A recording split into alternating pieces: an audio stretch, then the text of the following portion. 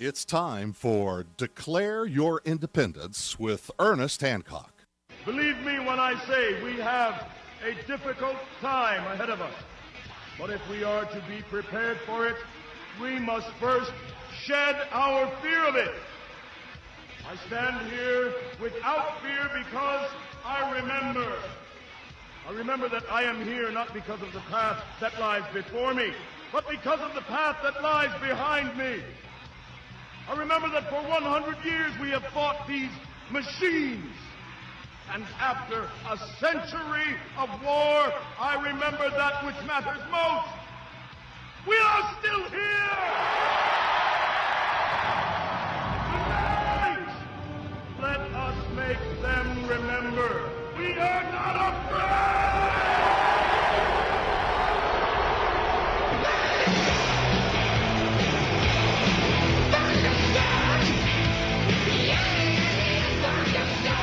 No fear, no fear, no fear here on Declare Your Independence with me, Ernest Hancock, from the beautiful studios of Freedoms with an S, freedomsphoenix.com here in Phoenix, Arizona, IA, where it was raining. You know, we had some rain. Right when I want to do some yard work, it rained. Well, sometimes it rains.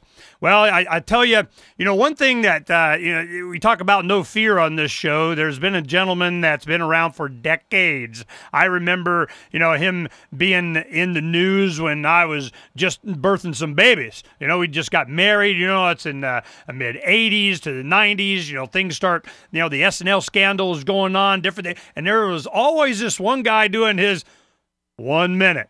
The last of the Minute Men, giving their 1 minute speeches in Congress, Jim Traficant. Now, I got to tell you, do the commercial real quick. He's going to be at the Hometown Buffet where we have our Arizona Breakfast Clubs, the first Saturday of each month here in Scottsdale. Now, it's going to be from 6 to 8:30, 6 to 9, around in there. Dinner, $50. We'll see if maybe we'll get a coupon for Freedom's Phoenix people. We'll talk about it. But, the thing is that $50, you get your meal and you get a few hours with Jim Traficant at the Hometown Buffet on South Scottsdale Road in Scottsdale, Arizona. And that's tomorrow night. He's in town for this. He just came from the Freedom Law Conference in Los Angeles to where Adam, we just talked Friday, Adam Kokesh and the boys, Nick Barnett, Drew Phillips, and Thomas Costanzo all went there for this weekend, got stopped at the border. Are these guns and drugs that we're looking at here? And they let them go. How the heck did that happen? Well, we'll talk about that again. We had Adam on in the last hour Friday. He told us what was what. But he met Jim Traficant while he was there, had dinner, and Adam is staying at my home this evening. He's probably leaving about now, going back to New Mexico, Albuquerque. He just needed a stopover. So he hung out, and this morning we had breakfast, and he's telling me, he goes, hey, Jim Traficant, man, he's one of my favorite political figures that's not libertarian. So we're going to see how close he overlaps to this libertarian philosophy. Does he have an opinion on it? What got him going? Let me give you a quick bio. In the late 70s, early 80s, he's working for a drug treatment rehabilitation thing. Then, for some reason, he goes off and becomes sheriff. As he's sheriff of the county he's in, and Youngstown, I think, is the hometown in Ohio there, right? Yes. So he's there as sheriff.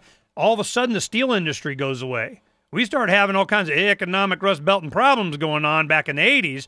So foreclosures left and right, just like what's going on now. Well, there, the sheriff has a sign off on it. He goes, nope, not doing it. Nope, wouldn't be prudent at this juncture.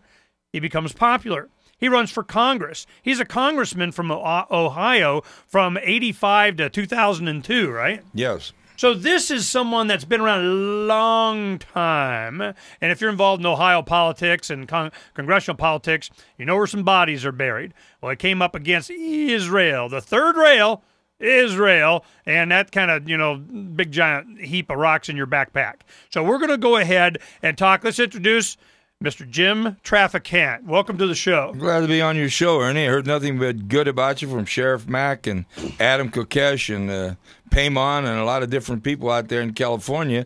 I'm not familiar with your program, but the way these guys talked about you, you're like the Rush Limbaugh underground with testosterone. So I'm real proud to be on your program. I'm glad to be here with you.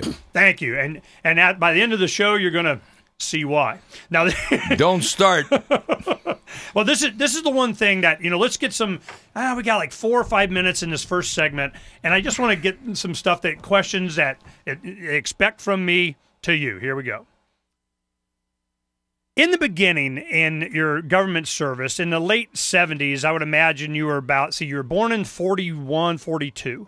So that makes you about, you're 40 years old then or something, right? Yeah. So you've been around a little bit. You know what's going on. You're making career path decisions.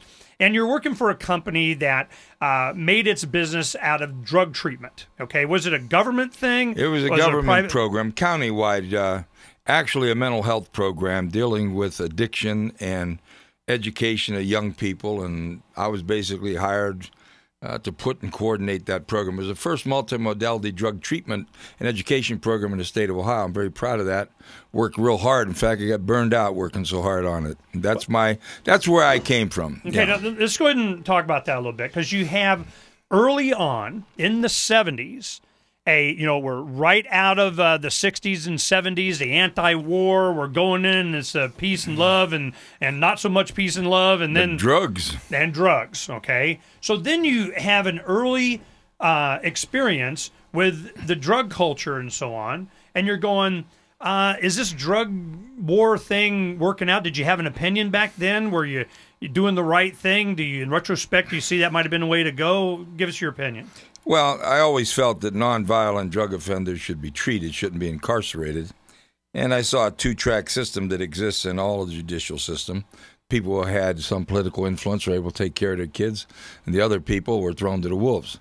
I felt that we had a real scourge with the heroin problem and the cocaine problem, being both imports. I supported, in fact, the death penalty for major drug importers. But I supported treatment for that victim on the street. But there's a tremendous, compelling problem, and there's a whole social, physical dilemma that exists. And a lot of people really don't understand that thing. And I was quite unique. In fact, I was getting people from Pennsylvania, where I played football. I was in college at Pitt. I was getting people from Michigan, getting people from Kentucky. Families were sending people to me because my treatment program was a little bit different. See, I believe the body's in a diseased state, Ernie. But I believe that narcotic addiction and any addiction is a learned behavior. And most young people that develop a drug problem do so. Forget all the business about hating their parents and everything. There's certainly psychological manifestations that occur. But most people that use drugs like it. And if you mess with the wrong drugs, you're in trouble. And if you don't understand that, and you're flippant about it, you're gone. In a study at the University of Cincinnati, I don't mean to get off on this. No, we got plenty of time. 20 milligrams of diacetylmorphine, which is heroin. 20 milligrams that you can hide between your thumb and forefinger for your audience that's listening. Produce physical dependence in the rhesus monkey. 1 week, 7 days. The eyes are watering, the nose is running. Now, the average length of time to produce a male alcoholic, Ernie, is 17 years. True, blown, full alcoholic that if you don't have a drink, you'll die. The woman is 14 years because of the different physiological elements. But you see, that young guy on the street who turns that needle and takes that powerful cup of hell and induces a sense of joy and evil because he loves that high, all of a sudden, he's chasing that drug to medicate himself. See what I'm talking about? Yeah, it's a vicious cycle. Okay. And I worked hard at that issue, boy. And this is what gives you the perspective. And I wrote some laws in Congress when I got there. And this is what gives you the perspective that I want to dwell on a little bit. I'm gonna have to take my shirt off here. And the one thing that I want to, we're going to run up on the time here, but I'll tell you where I'm going. About it. I'm going to tell you where I'm going. With you. We're going on this. When we come back in the next segment. I don't care what they said about you. Go ahead. Yeah. Well, when we come back in the next segment, this is what we're going to be working on. All right. With the perspective of actually treating people and seeing the evils of and the destructive behavior that's a result of drug addiction, you had the opportunity to address it as a congressman. Absolutely. Was it a law that needed to be passed? Is it a health care issue? Is it a personal issue? What's the proper role of government? At what level? So when we get back, because we went straight from there to becoming law enforcement as sheriff, we're going to walk this through. We're going to see the evolution up here and if anything's changed. We'll find out with Jim Traficant when we come back on Declare Your Independence in just a little bit.